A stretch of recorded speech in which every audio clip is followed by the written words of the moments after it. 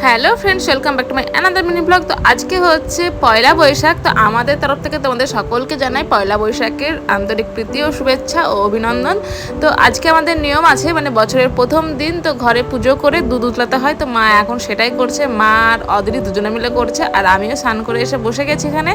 বছরের প্রথম দিনে ঘরে এই দুধ উতলানোটা হচ্ছে একটা খুব শুভ লক্ষণ। তো এটা উতলে পড়া খুব ভালো, সংসারে খুব মঙ্গল হয়। আর আজকে আমাদের পয়লা বৈশাখের দিনই পড়েছে অশোক ষষ্ঠী।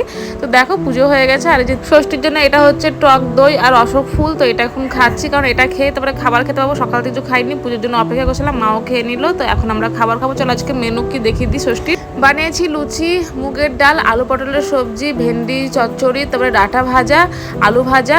তো অনেক কিছু বানিয়েছি, তার সঙ্গে কলাও আছে। ঘড়িতে বাজে দুপুর 1টা। আমার আর মার তো খাওয়া দাওয়া কমপ্লিট হয়ে গেছে, কিন্তু এদের এখনো খাওয়া দাওয়া কমপ্লিট হয়নি, এর একটু পরে খাবে। তো নতুন ড্রেস পরে আমাকে দেখাতে চলে এসেছে। আর তোমাদের এই ষষ্ঠীটা কার কার আছে অবশ্যই কমেন্টে জানাবে। ব্লগটা ভালো লাগলে লাইক করো। টাটা বাই, দেখা হচ্ছে নেক্সট।